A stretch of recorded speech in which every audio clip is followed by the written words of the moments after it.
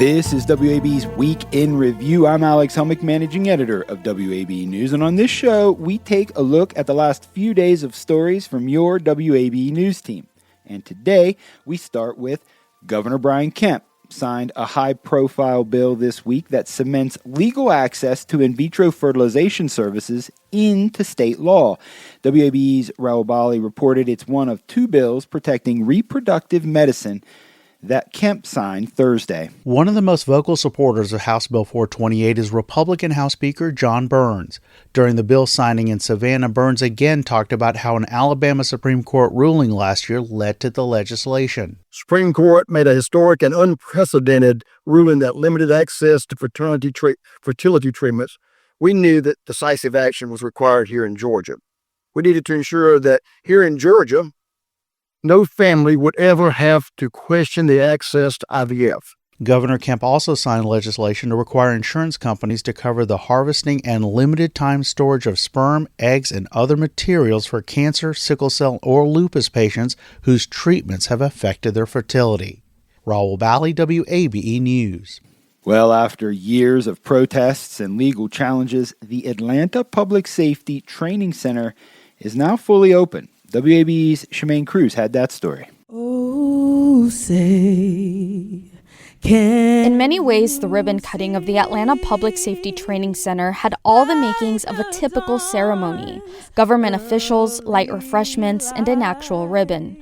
But what Atlanta Democratic Mayor Andre Dickens says wasn't so typical was what it took to get here. I thought long and hard about how much of this speech I would devote to what we had to overcome to get this facility done. Whether I would speak about the opposition. Dickens chose not to get into specifics, but surrounding the project, the death of a protester, a wounded state trooper, criminal charges brought against dozens of people for setting construction equipment on fire, and lengthy court battles over what opponents dubbed Cop City. I will not relive nor recount or breathe any life into that past.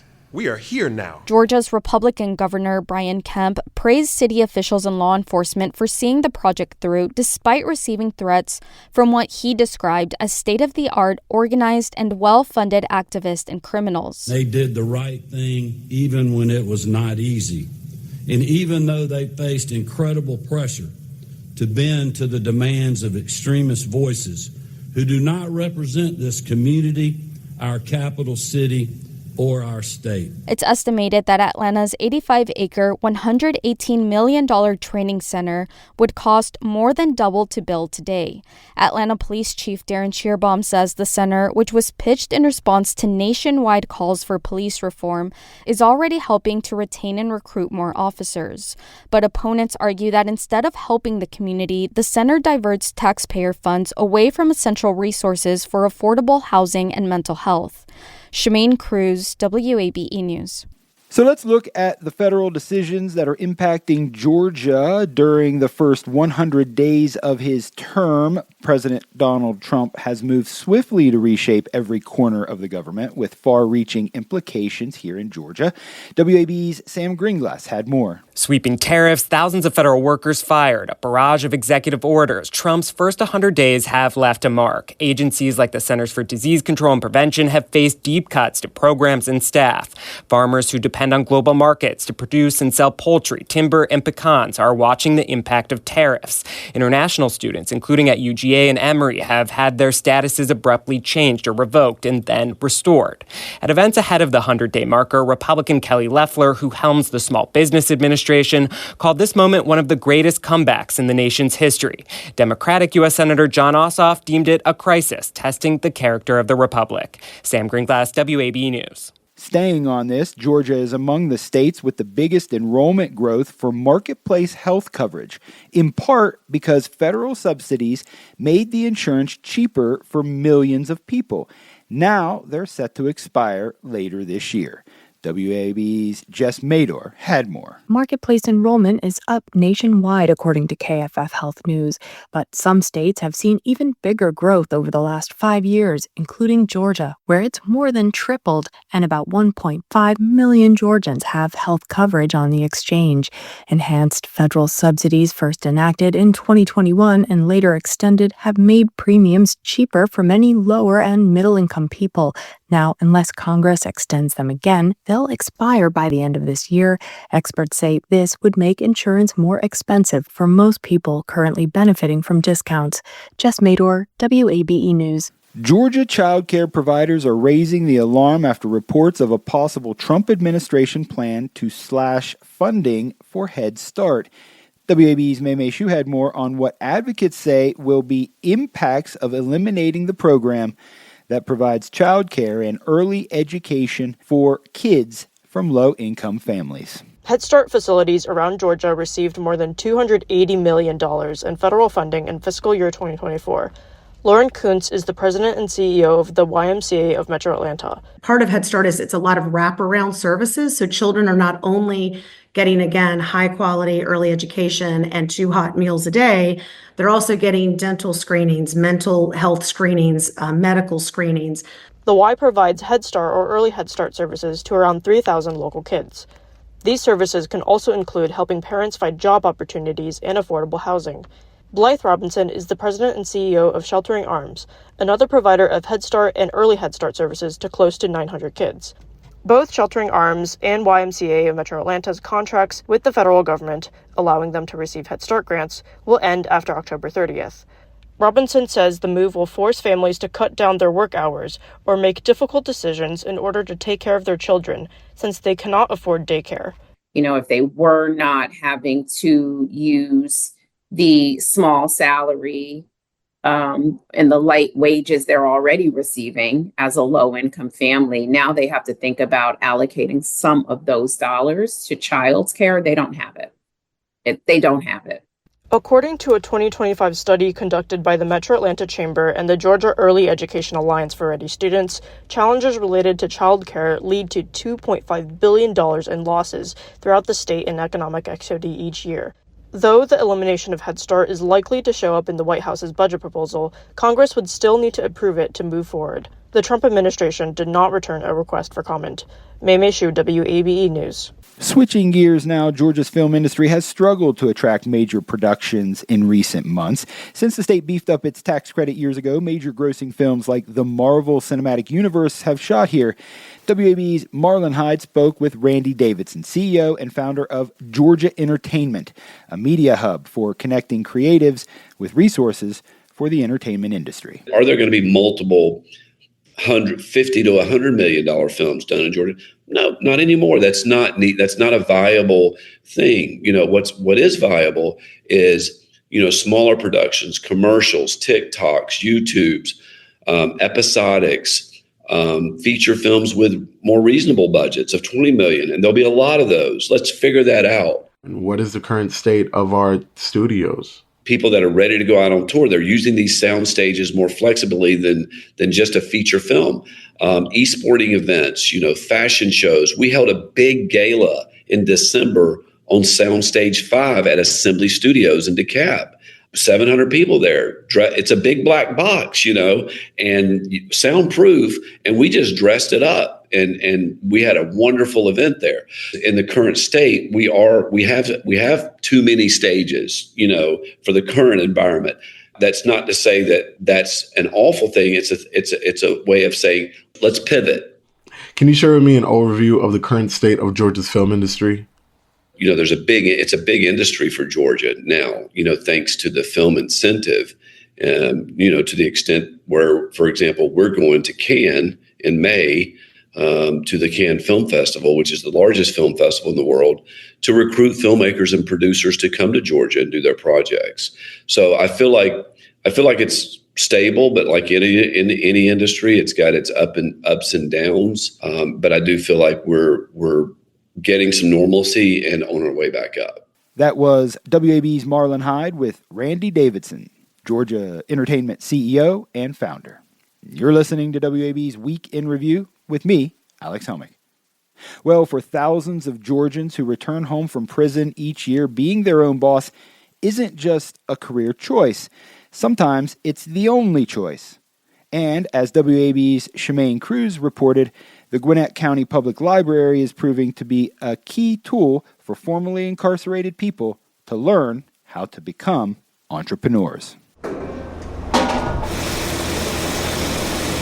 The smell of pan-seared salmon topped with a creamy garlic sauce that Chef Naomi Jones is placing on a bed of wild rice fills the halls of Greater Piney Grove Baptist Church in Atlanta. Cooking is a way that people connect from every walk of life, every religion. We break bread and we connect with one another over food. Jones is the culinary director at the church, but she also owns and operates Grand Empire, a catering business she started after getting a degree in culinary arts and graduating from the Gwinnett County Public Library's New Start Entrepreneurship Incubator Program in 2022. My first opportunity to work for someone outside of the program was Senator Donzella James, and I did her wedding. And it was a snowball effect after that. The program supports a growing but largely overlooked subset of aspirational entrepreneurs like Jones, who struggle to find work and take care of her young kids following a brief prison sentence. Once the background checks came back, it was like, yeah, sorry, maybe in another 10 years, but right now, no. And I was just really pressed on what else can I do. Jones says she ended up applying to the program with only 11 minutes left before the deadline. A week later, she got a phone call for an interview and was accepted. This has hands down been the best experience that I could have ever had with an educational program teaching me about business, leadership, marketing strategies. Completing the 6-month course while trying to rebuild her life wasn't easy, but it was worth it, Jones says. And she's paying it forward by returning to the program as a mentor for a new cohort of about a dozen formerly incarcerated people who are learning to build an LLC, record podcasts, and choose a name for their own businesses. The library it's a community hub. That's New Start project manager Adam Pitts. He says the program continues to run on grants after initially being awarded $120,000 from Google and the American Library Association in 2020. The students attend monthly meetings at our Duluth branch, where they hear from a local business expert on the monthly topic. And then there is an online curriculum they complete in between those classes. In March, President Donald Trump signed an executive order seeking to eliminate the Institute of Museum and Library Services, which will affect programs that serve public libraries across Georgia. A spokesperson for the Gwinnett County Public Library says there's no immediate impact to New Start, but the long-term effect of those changes will be in shrinking the pool of potential future funders. Here's Pitts again. In many cases, this is really the only avenue for success in life for them. You know, there's so many barriers and stigma for formerly incarcerated people. So just to see them come to the program with those ideas and then turn their ideas into reality and an actual business is very rewarding. More than 13,000 people were released from Georgia prisons last year, according to the state's corrections department. That's 13,000 people who could face barriers to housing, employment, and credit. What the program did for me was it freed me up to do the things that God put in my heart to do. Dewey Ventura is another New Start graduate. And then also to have a plan to execute these things, not just to, because sometimes we want to do things, but we don't know how to go about doing it. At the end of the program, Ventura won second place in a Shark Tank-style competition for funding to grow his mixed martial arts entertainment company called Cholo MMA. Ventura is now a mentor in the program, which also has laptops, 3D printers, and various other resources he and others can borrow if they ever want to take their businesses even further. Shemaine Cruz, WABE News. Finally, today, a local organization is partnering with Atlanta Public Schools to introduce young people to baseball. As WABE's Julian Virgin explains, the goal is to prepare them for success on and off the field.